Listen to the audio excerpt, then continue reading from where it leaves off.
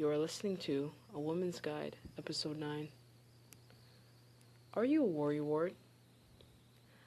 Are you anxious about all that the future may hold? What does it accomplish? How can we have a more relaxed, peaceful approach to life? Today's episode is How to Overcome Anxiety and Worry. Stay tuned.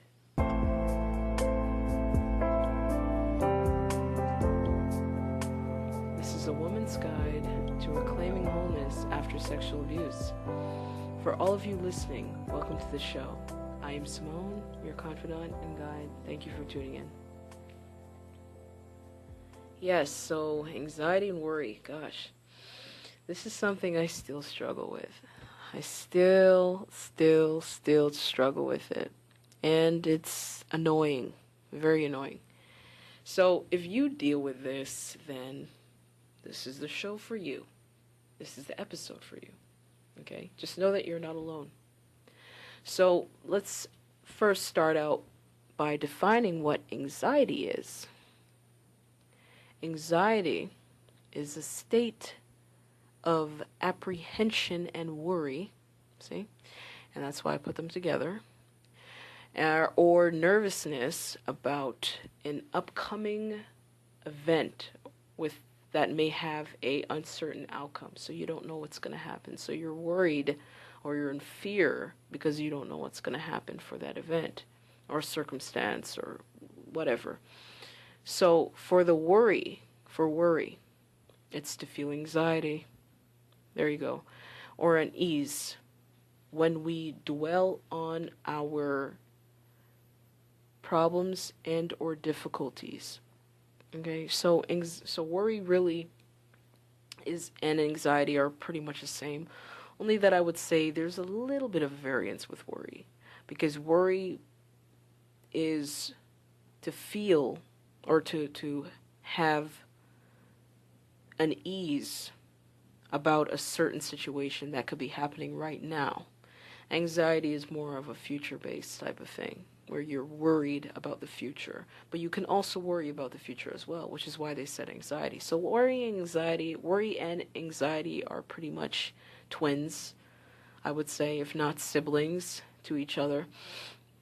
So that is why I put them together. So chronic anxiety, like some people have chronic anxiety, and sometimes it's diagnosed as some kind of disorder, like a general anxiety disorder of some kind. So what happens is maybe you have chronic anxiety, or you've been diagnosed of having general anxiety disorder. But with that, we have, or what happens is that person has panic and or anxiety attacks, okay? And what happens is that because they're in so much fear of what might happen, they're in have such fear or doom or dread about something, their body has a physiological response. So this is what the attack is. The attack is that your heart rate goes up. Your heart rate goes faster. Okay, and you start to shake, you start to sweat because your body's in fear. It's an attack that you're experiencing. And I've had a couple of those, just a couple, you know. Although for a long time I've had anxiety and worry, but a panic attack, I've had a couple of those. And those, I could not control my breathing. I was breathing extra heavy. My heart was pumping. I was sweating. I was in fear. I was just thinking the worst was going to happen. You know, it's just this irrational fear that something bad is going to happen to me today or in the future. Okay, I had a couple of those, and they're not fun. And I know that some of these doctors would sit there and diagnose you and say, okay, well, you have this disorder. But I believe that, you know, you can go through all these different things, but it doesn't mean you have a disorder. You're just in a state of panic, or you're in a certain time in your life where you're experiencing a lot of anxiety and a lot of worry and a lot of stress, and that can take its toll on the body. But it doesn't necessarily mean you have a disorder. But you can have a disorder if you experience that. But basically what I'm speaking about here today is just a general anxiety. Just in general, like just an everyday anxiety and worry, but it's not exactly specified to a disorder that needs medical or professional attention. I'm just speaking about anxiety and worry overall, okay? But I mean, if you have that, or you've been diagnosed that, or whatever, this can still help. I don't know. I'm just going based off of what I think I should talk about. But yeah, so anxiety and worry. I'm going to tell you why it's so, let's say, unhealthy, and it's just not a good thing, good state of being to have. Because anxiety and worry is a habit or a pattern. I think it could also be a pathology, which is maladaptive, a maladaptive pattern of behaving that it's like we just can't seem to stop it. And that's something I've dealt with for a long time, is anxiety and worry. That is just, oh my God, anxiety, worry, and shame. Those three things, big things, and rage too. But I would say anxiety, worry, and shame, those were the biggest problems. I'm now starting to let go and get over worry and anxiety, but it's a process. But what I'm saying is, for anxiety, worry, that's something that I've always dealt with as a little girl, even before. And this is what I cannot say. I'm not going to say that it's just based on going through sexual abuse, because I still do refer this podcast to those of you who have gone through sexual abuse. It's really, I don't want to say that it's just created from sexual abuse or some kind of really traumatic event, because I've always had anxiety and worry ever since I was a little girl. Since I was 7, 8 years old, I was always having anxiety. But I think what happened is that when I grew up a little bit older and then I was abused, it just exacerbated that that thing within me, that habit or that pattern. It just made it worse. So it's like I was already worried and anxious when I was younger, but then when I experienced that, it just made me even worse, have even more anxiety and even more worry and even more fear, and I did not feel safe.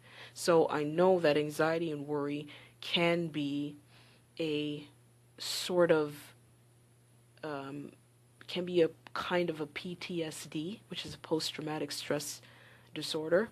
I know that it can be. I know that it can be, because it is, anxiety and worry really is fear. It's fear, and it's not feeling safe. It's not feeling okay in the moment. It's not feeling okay for the future. It's just having this doom and this dread. So I know that anxiety can be produced from that trauma, from that experience of sexual abuse, and or, I mean, of course, other abuses too. It's not just that.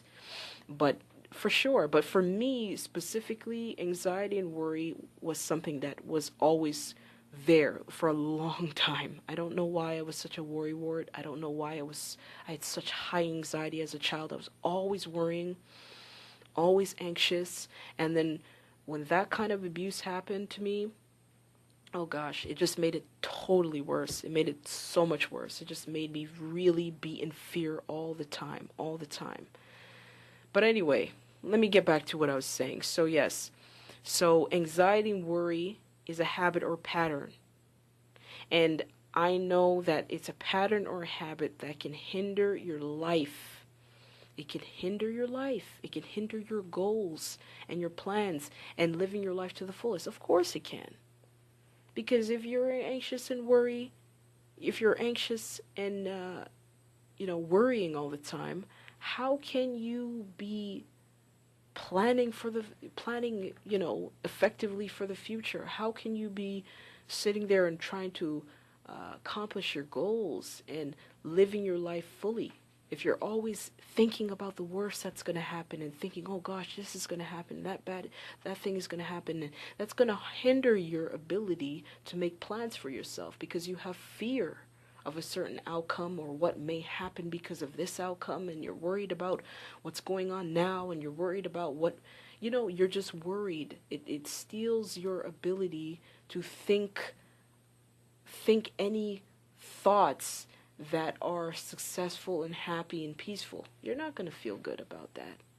It's going to greatly hinder your life. And I know so because of my anxiety and fear and worry, it has caused me to not reach for things and go out for things and try to accomplish things out of worry of what someone may say or what someone might do or how I may look, or maybe I'm going to be embarrassed, or maybe so and so may not want me to do that, or who's going to say this about what. It stops you from living your life. It disturbs your peace. Of course it disturbs your peace. How can you be happy? It eliminates your possibility for happiness. And I'm talking to the chronic worrier here. I'm talking to the one who's always worried. There's just this mental static tape in the back of your mind running on what may happen and what may not happen, on doom.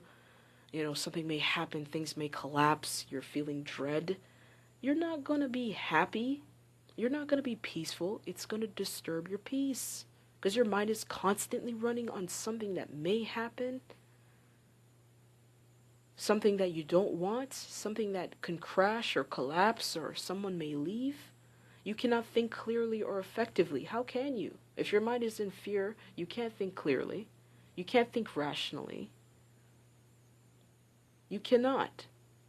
And your poor body, my gosh, if you are constantly in a state of anxiety and worry, my gosh, think about what's going to happen to your body. Because when you're in fear, you're going to have a physiological response. You're just going to have a response. Your body is going to react to the fear that's going on in your mind, the thoughts in your mind. And when you're in fear, what do you get? What happens to your body? You get tense, right? You get tense. You have muscle tension. Your heart beats faster, so you can have heart palpitations. This is where the anxiety attacks come from, Or this is what happens during an anxiety attack. You get heart palpitations. Your heart starts to beat really, really fast. Okay, your body goes into fight or flight mode based off of the fear that's going on in your mind, based on what may happen or could happen. Your body wants to protect itself. It's in defense mode because you're in fear. And fear is really, or this state of being is really to protect yourself from some perceived threat or some kind of thing that may happen. So your body is always going to be on the defense, and it takes a lot of energy. And your body's going to be pumping out all these different hormones and chemicals to keep you at attention, or to keep you in that state, to defend you from some kind of perceived threat. So think about how your body's not going to be very good after a while if it's always in this state. You're not going to sleep. You're not going to digest your food. Your food's not going to digest because you're stressed. When you're in that state, your body cannot relax enough to digest its food. And I learned about this. I learned about this state, like the fight or flight mode. Your body shuts its system down. Its digestive system shuts down in order to be more effective to fighting or running away from some kind of threat. So you're not gonna digest your food. Your food is not gonna digest because your body's in that state of fight. Oh boy. So think about what that's going to do to your body, and then it's going to eventually negatively affect your health if you're constantly in anxiety and worry. And the thing that makes anxiety and worry so just bad is the fact that it's irrational. It's irrational. And what I mean by that is it's a fear-based thinking. It's fear, and fear is based in your mind, okay? The things that you are worried about that may happen, it can far exceed what could possibly happen. Mind you, it could happen. It could happen. Through the law of attraction, if you believe that, if you know that there's your energy and whatever you're projecting out there, you're going to attract what it is that you don't want, or what you do want, depending on what you focus on. But what I'm saying is that anything that happens, it's your fear that creates your idea that this is so bad and this is so awful. It's the fear that's creating this thing about, okay, it's so bad. It's the fear. I hope you understand what I'm saying. It's the fear. This is because I'm probably going to confuse you with this episode because there's so many different factors to it and there's so many different levels to this. I'm not thinking about it just on the physical level. I'm thinking about it on the spiritual level. I'm thinking about it through the spiritual laws of attraction. I'm thinking about it through how our mind operates and how we feel and how we think and how we perceive things. So I'm thinking about it on different levels. So if you don't really understand what I'm saying or it's confusing to you, I'm sorry. It's just that you can't just think about things on the level where, oh, it's just going to happen this way because it's happenstance or it's coincidence, or if something happens that was not the way that I wanted to, then it's just bad, and what's good is only what I want. You have to follow what I'm saying. You have to think about it on a higher level, okay? That's the only way you're going to get what I'm saying. But anyway, what I'm saying is that the thing that it's irrational because the thing that you are worried about or the thing that you think is so awful and so bad, it far exceeds what can possibly happen. What can happen. Do you understand? So the fact that we worry and we have an anxiety, okay, it is a feeling of control, wanting to have control. Okay, you have to follow me with this stuff, guys. I know it sounds complicated, really sounds complicated, but I know what I'm talking about with this. I know what I'm saying here because I've seen it in my own life. I know what I'm talking about here. Okay, for the lack of sounding arrogant, it's just based off of what I know, okay, about life and just the law of attraction and things like that, and the mind and the brain. But anyway, I'm speaking about the brain now. But the times that we feel worry and anxiety, it is our mind's way of gaining control of the situation, because as human beings, we don't like to be out of control. We do not like being out of control. Okay? The ego is the part of us that is the fear. The ego is the part of us that wants to be in control. Okay, so fear, we have fear because we want to be in control and we cannot be in control. So that's why we have fear. Okay, so the ego tries to exert its fear as some kind of control by giving us these feelings of anxiety or worry. That's how it feels that we get control. That's how it feels that it can get control, is to worry and to have anxiety. That's how it feels to have control. I hope you understand what I'm saying. I know specifically for a lot of people, when we don't know something is going to happen a certain way, we're not sure. We're in transition. We're in some kind of weird situation. We don't know if this person's going to leave. We don't know if we're going to be okay out there. We're embarking on a new journey. If we're going through a new process that we're not sure about. Our natural propensity is just to worry and have anxiety, to have fear. Ultimately, let me just say fear. It's to have fear. Okay? And we have this fear because we are not in control. And then the ego says, okay, well, because it is fear, the ego is fear, because I'm not in control, I'm going to exert more of this fear to feel more in control. I'm going to exert more of this anxiety and worry to feel more in control. Because that's the only way it can feel in control, because it really cannot determine or understand what's going to happen. It can't understand what's going to go on. There's no way for it to see what's going to happen, so it just wants to pump out more and more fear. That's all it does. Okay? I hope you understand what I'm saying. I'm really trying to explain it the best way I can. So the ego does not like being in control. It does not. That's why we feel worry and anxiety. So that's what I have to say about that. When you have, and this is something I should introduce to you, but this will go into how we relieve anxiety and fear. So you know what, let me just go into how we relieve anxiety and worry. Okay, so the first point is to be present. It is to be present. Okay? It is to be present. And this goes right back to the ego. Okay? We have to be present. So whether it's meditation, I know I've explained meditation already. If you haven't watched my other videos, I suggest you do, because I talk about meditation. I'm not going to be telling you about how to meditate every single video. That's too much for me to do.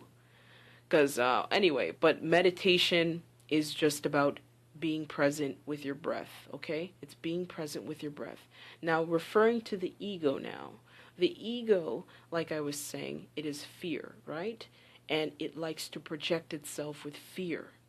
The only way it could feel in control is to project even more fear. Now, when we're in the present moment, and this is going to a book that I want to tell you about, this book that I've been reading, or I was reading a couple years ago, but it's about the power of now. But anyway, let me just finish what I'm saying. When we're in the present moment, this is when the ego has no control. Do you understand? The ego cannot pump out any fear, because the ego lives in the future or the past. That's all it lives in. It lives in the future and the past. The ego cannot exist in the present. The ego has no power in the present. Or let me say, yes, the ego dissolves in the present, okay? There's too many different things that I don't want to have too many different things that I'm speaking about here, but it all goes together. So if you just follow what I'm saying, but to be present is when the ego does not have its power, does not have its strength. The ego only exists in the future and the past.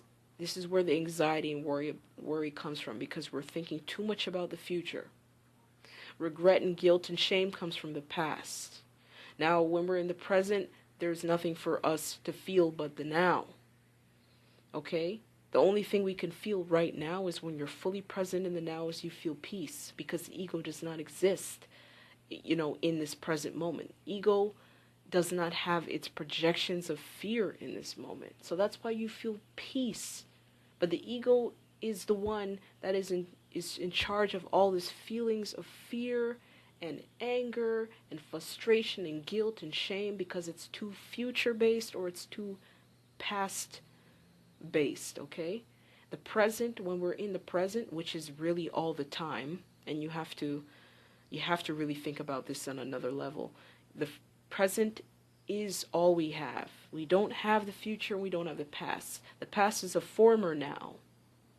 Okay? The future is a now that's coming up, but it's not the future. Future and the past are illusions. We're always in a continuous state of the now. That's what we're in. But the book that I wanted to speak to you about was called The Power of Now. I don't know if any of you read that book. The Power of Now. And this gentleman that wrote this book is amazing. He's amazing. He basically cracked the code as to why we're suffering so much, is because we're always, the majority of the time, I would say 99.8% of the time, always in the future or the past. Okay, that's where we experience the suffering, is when we're thinking about the past and the future. But when we're in the now moment, right now, thinking about now, not thinking about the past and the future, and you will be surprised how much times we think about the past and the future. We're never thinking about exactly what's happening now.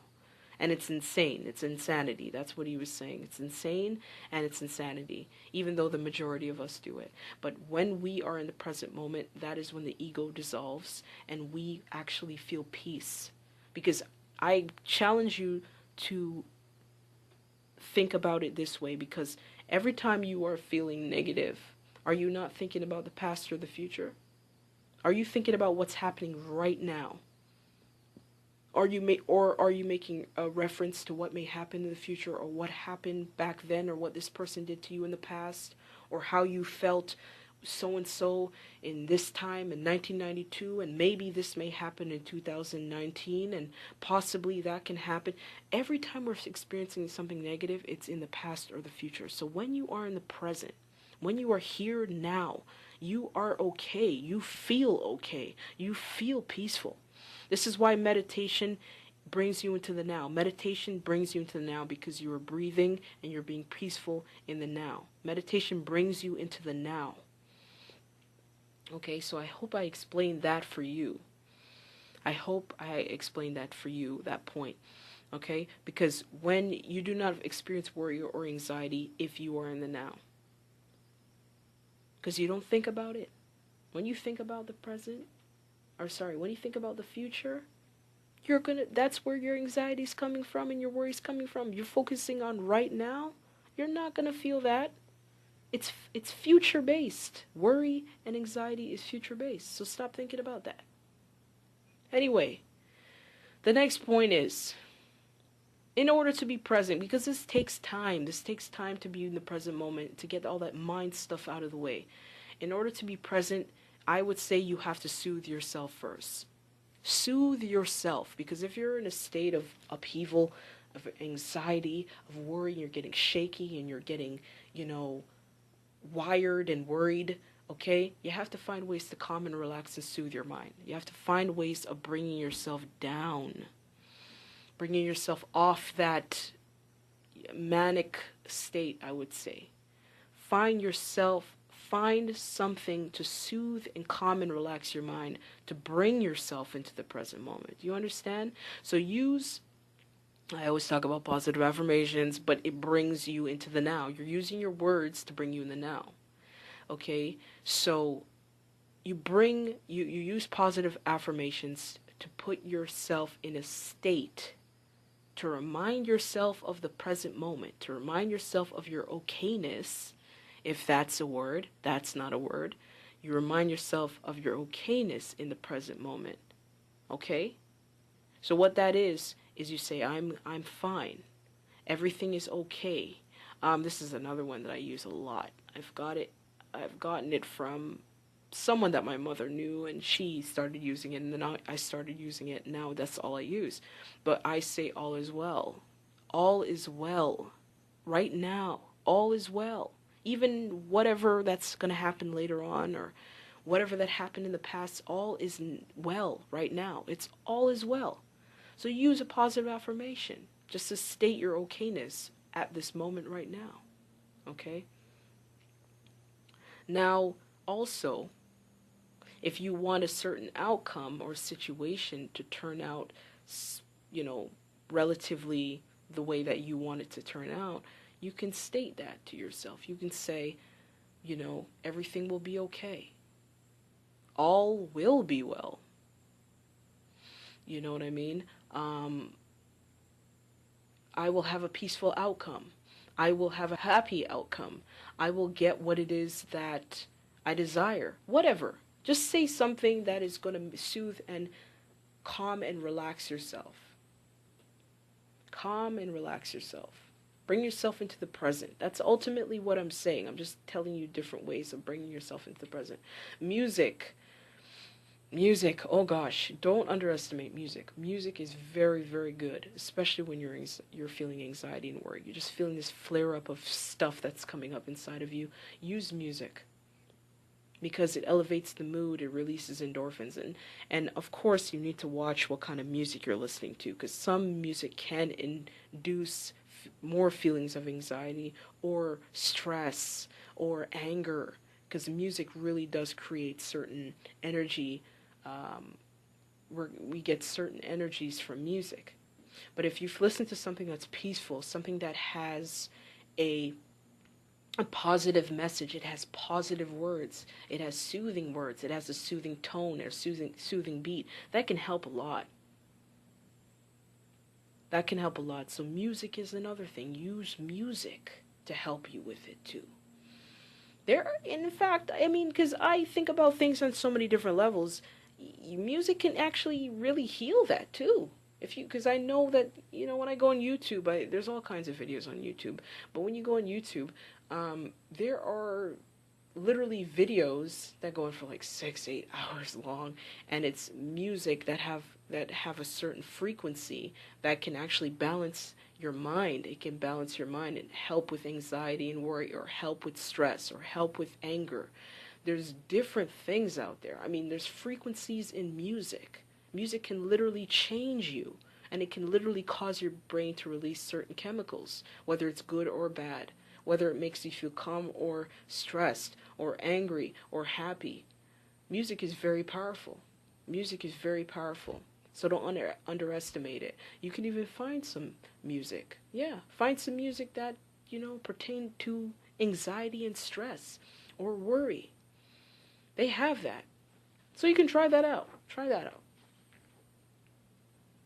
Now, this is another thing too, because, sometimes I know I'm saying this stuff to you and you're saying, okay, that's great. That's wonderful, Simone. Great. Awesome. But I'm still worried. Well, sometimes we need to bring that anxiety or worry out in terms of bringing it to someone else who can give us a better perspective. Because sometimes when we have things on the inside and we keep it on the inside, it becomes distorted and it becomes worse than it is because we're keeping it on the inside.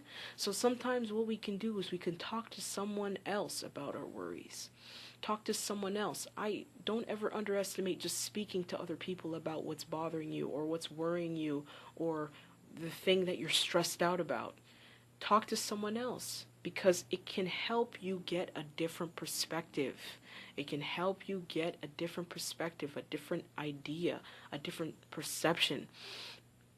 They may think about it in a way that you didn't think about it before, and that can help you. They can give you a different opinion. If you're looking to solve a certain problem or predicament, they can give you an opinion, what they think that you should do. They can give you kind of like a solution as to what what may be better for you or what they've did that could help, depending on what you're anxious and worried about. I mean, I don't know specifically what you're anxious or worried about. I'm just going through what I think. So to get a solution to a predicament or a problem, you talk to someone else. It can give you a different idea. It can help you to feel lighter, just to unburden yourself and let somebody else tell someone else what's going on with you. Okay, because I like to think about these things on different levels. It's not just the spiritual, but it's also, we can do it physically. We can talk to other people just to get these different things going. Okay? Now, the next point is something where it's something you would more ask yourself. It's not something you would literally do to relieve anxious and worrisome thoughts. But I would say that ask yourself, what is the worst that can happen? Because if you're anxious and you're worried, you are in a feeling of apprehension, or you're in a feeling of dis-ease, because you're thinking maybe something bad is going to happen, or it's not going to happen the way I want it to, or something may collapse or burn or whatever. Ask yourself, what is the worst that can happen? If the thing that you feared came to realization, or if something happened, or the thing that you feared came into realization that may cause a certain outcome, think about what is the worst that can happen. Will it really be that bad? Would you survive? Will it nearly be as bad as you think it is to be?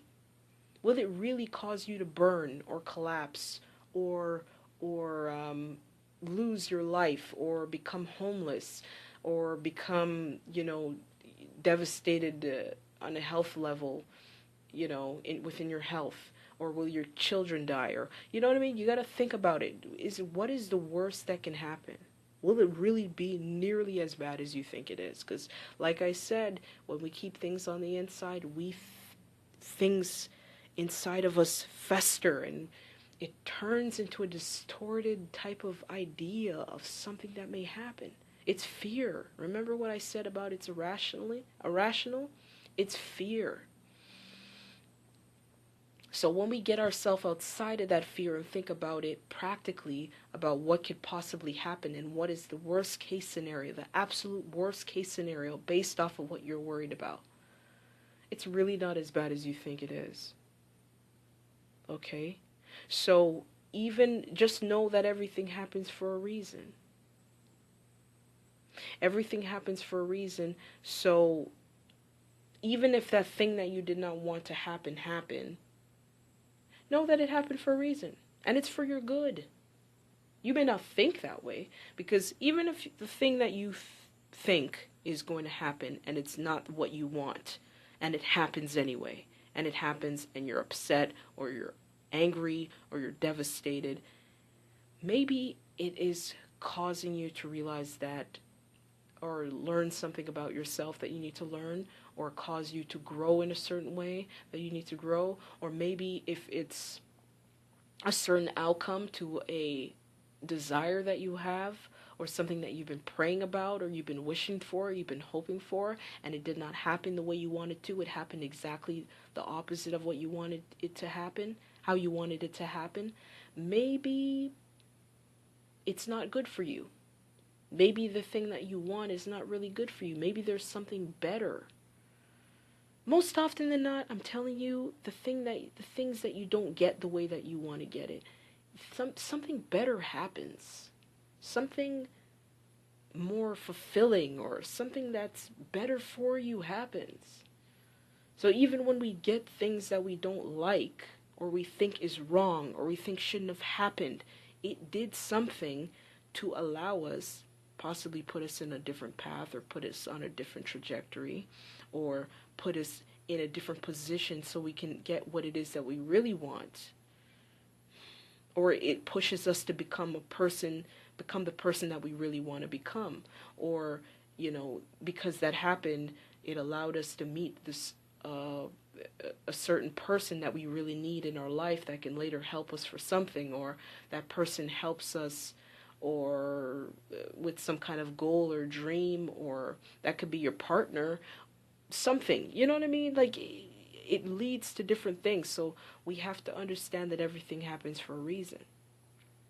It may not be all that you desired, but guess what? It happened exactly the way it was supposed to happen. Or it's, if you're having anxiety, it hasn't happened yet, but it will happen exactly the way it's supposed to. And also I want to say that perhaps this is another part of it, but perhaps you've done something that you knew was going to create a certain, is going to create a certain outcome, but an outcome that you don't want. So the worry is warranted. Okay, for example, what I'm saying is, if you go and you spend $20 on, well, I don't know, a dress. I don't know if $20 for a dress, but you spend $20 on a dress, and you know that there is something that is going to come up where you're going to need that $20, but you went against your better judgment and your intuition, and you still bought that dress. Okay? And then later on, you fast forward a little bit, and it's coming to that place where you need that $20 for that thing that you know you needed, but you still spent the money for it anyway, and now you're feeling worry and anxiety. Well, guess what? You created that worry for yourself. So the worry is warranted, because you did something you weren't supposed to do, but you still did it, and now you're anxious and worried. Well, so then what is the lesson? And most likely the thing that you fear is going to happen happens because you went against your better judgment and did what you weren't supposed to do anyway. So what is the lesson in that? What is the lesson in that? Maybe it's to learn to listen to your instincts or your inner wisdom. Learn to listen to that conscience that you have that's telling you, listen, you need to save your money. Don't do that. You know that you're going to need that for later. Save your money, and you don't listen. So you have to learn to listen to your instincts. Maybe it's about being more responsible. That's a lesson that you need to learn. Okay? So that is, you also have to know that whatever happens, you're going to be okay. You're going to be all right. You know that you're going to be okay. No matter what happens, whether it's a lesson you to learn, whether, the thing that you desired actually does happen, or, it doesn't happen, but something better happens because of it. Because I think about so many different scenarios. I can just go on all day about different scenarios, because that's just how my brain works. I think about so many different possibilities and ways, and it's not just black and white. Life is really not that black and white. But I know that ultimately under the umbrella that, envelops everything that I'm speaking about is that everything happens for a reason. So my next point is that you have to trust your higher power and your universe if you believe in that, and you don't have to believe in that. You trust that your higher power universe is in control, and that you're protected and loved, and that everything is working for your good. Everything's happening for your good. And I know, because it's really, really strange, because it's really, really strange, and it can be really be like a lot of, it can really be a dichotomy. It really can be a dichotomy, because you believe that sometimes, okay, when you're not anxious and worried, and you think, okay, everything is going to happen because I believe that things are going to happen a certain way, they're going to happen a certain way, and sometimes they really don't. Even though the law of attraction tells you that whatever you believe you will receive. And I believe that law, but at the same time, sometimes we don't get exactly what it is that we want.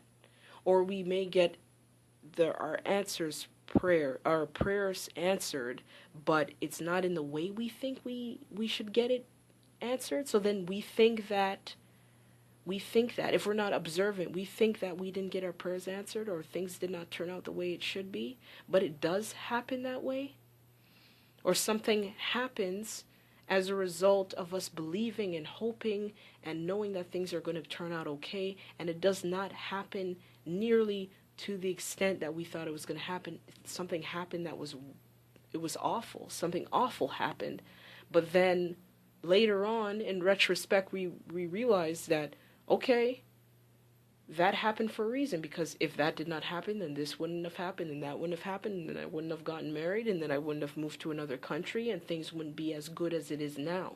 So the way that I see it is that the universe ties everything together, and it puts everything together, even though it doesn't make sense, and even though it seems as though what we're doing does not work.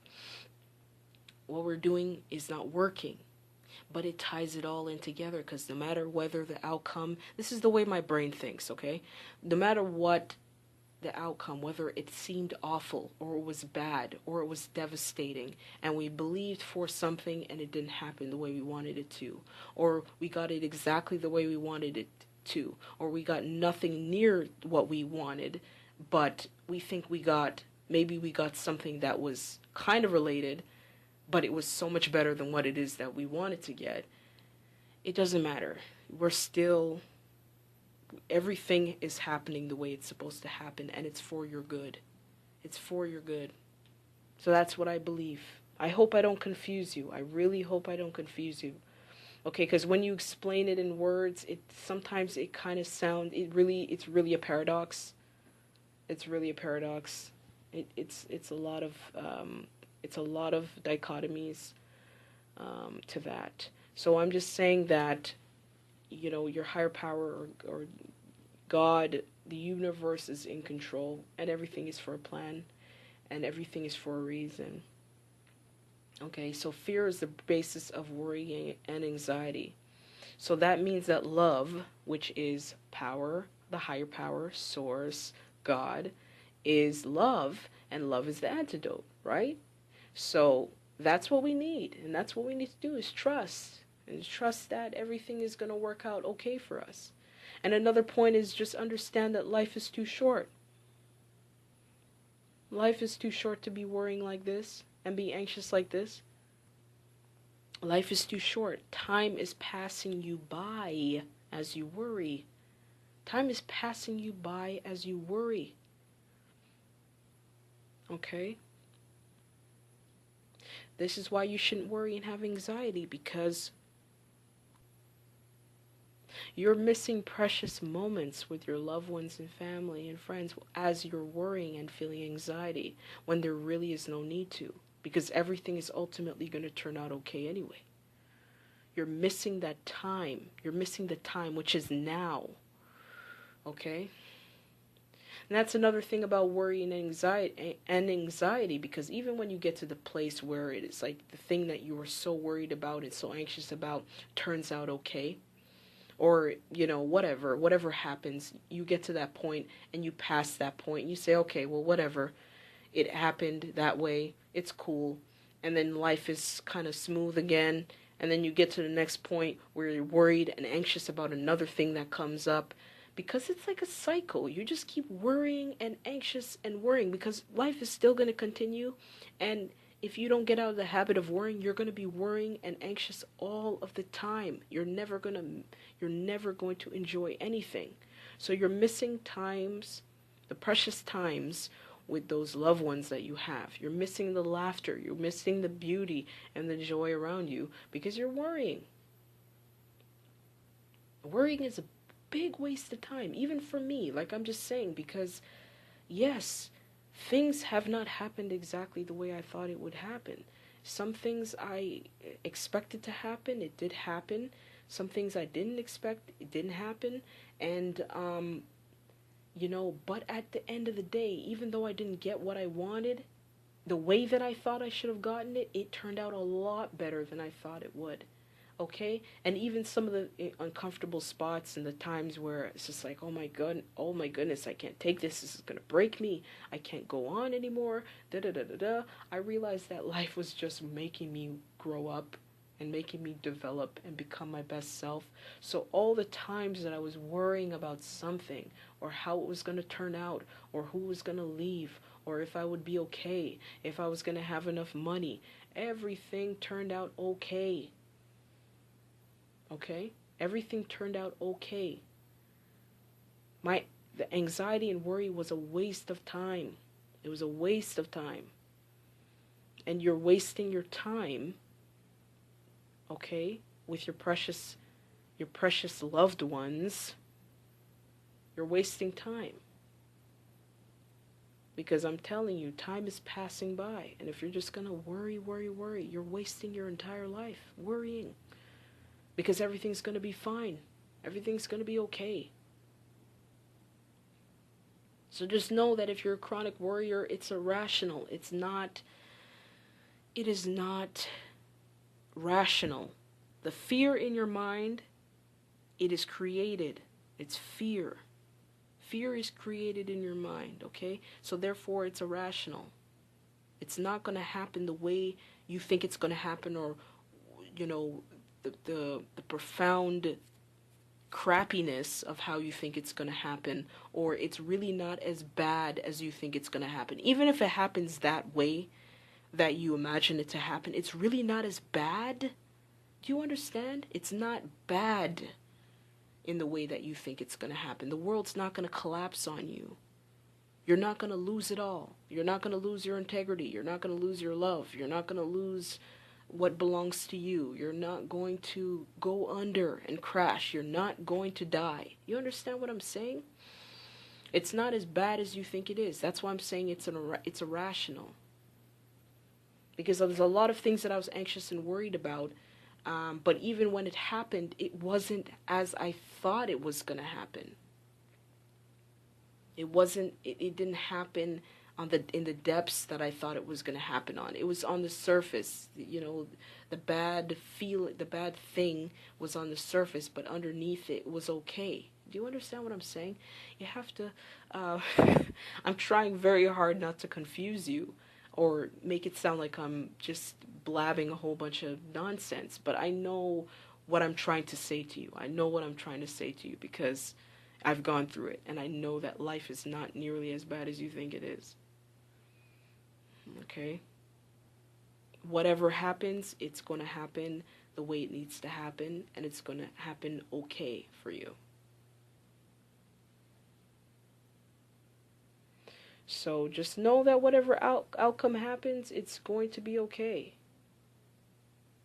And sometimes if we allow it to, and this is what I also want to say, is that when we allow things to happen, when we're not in resistance, we're not in fear and worry, because fear and worry is resistance, when we're not in fear and worry, and we allow things to happen, which is surrender. And this is something that kind of, I got broken into the surrender thing, okay? Because I've been, like I said to you, I've been a worrier. I've been someone who's just full of anxiety. But sometimes life got to the point where I literally had to trust that things were going to be okay. And things were breaking down and things were not going so well. in the moment, in that present circumstance, things were not going so well. But it was helping me to understand that things were happening well for me anyway. It just didn't seem that way. It's all about perspective. It didn't seem that way. Okay? So after all this anxiety and worry, anxiety and worry, anxiety and worry, it's like I worried so much that I broke my worrier. Does that make sense? I broke that part of my brain that worried so much it broke. Okay? And I just literally got to the point where I say, oh well, whatever. I don't care anymore. Let it happen. Let it happen. Just let it go. I don't care. I just don't care. Let it happen. Which ultimately meant that I trusted and I surrendered and I said, let it just happen. I don't care. And then because I let go, things happened more smoothly. Things happened smoothly. It wasn't as intense. It wasn't so bad. It didn't feel so worrisome. You understand what I'm saying? When you surrender and understand that things are going to be fine, and you're not putting all that resistance in, things happen a lot better than you expect. Life flows through you. Life happens through you. Because you're not blocking up the channel. It's like blocking up something. It's like blocking up, the river with a bunch of stones. When you move all the stones out the way, the water can go through, life can go through, and things could flow more easily. Things do not flow when you're blocking things up. It gets all jumbled, it gets obstructed, and that's when you have more problems because you're in resistance. When you let go of anxiety and worry and understand that things are going to be okay, you let things happen the way it needs to happen, things flow a lot better for you. Okay? Things happen a lot better for you.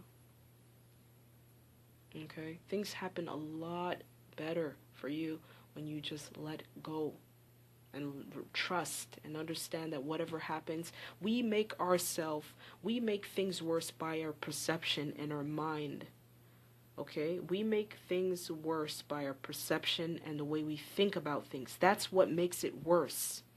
Because even if the thing that we feared happened, if our perception is different and we think about it in a lighter view or we think about it in a different way, it's not nearly as bad. It doesn't feel nearly as bad. In fact, it doesn't seem bad because we have a perception that it's still all good. So it's really about your mind. It's what your mind is doing. It's how your mind is thinking about things. That's what creates the agony or the devastation or the bad thing. It's the mind. So I hope you're understanding what I'm saying. Okay? It's a waste of time to worry. It really is. Because you know what? At the end of the day, it's all good. Everything is good. All of it's good. Mistakes, no mistakes. You got what you want. You didn't get what you want. Things happened the way you expected. It didn't happen the way you expected. You know what I mean? Even the fact that you're worrying and anxious right now, it's all good because you're learning about yourself and you're learning what not to do and you're learning how to overcome that and you're becoming stronger and growing and you're becoming happier. So it's all good. I hope you understand what I'm saying because I really do think holistically. I just cannot think about things just one on one side over here or just in the body over here and just on the mind over here or in the spirit. I think about it holistically. So I hope I don't confuse you with all this information I'm giving to you. But yes, it's all good. Let's put it that way. If you didn't get anything from what I was saying, it's all good. Okay? So those are a few reasons why you shouldn't worry. A few ways of how not to worry, okay? And not to have anxiety about the future, okay? We know it's a struggle. It's a struggle. We're just breaking out of this fear. It's a struggle. But over time, you will learn not to worry, okay? Don't worry. So that's it for today, and thank you for listening to A Woman's Guide to Reclaiming Wholeness After Sexual Abuse. So if you enjoyed this, you can subscribe to this podcast to hear more episodes. Next week, we will explore how to overcome doubt and confusion. So be sure to tune in. Until next time, take care.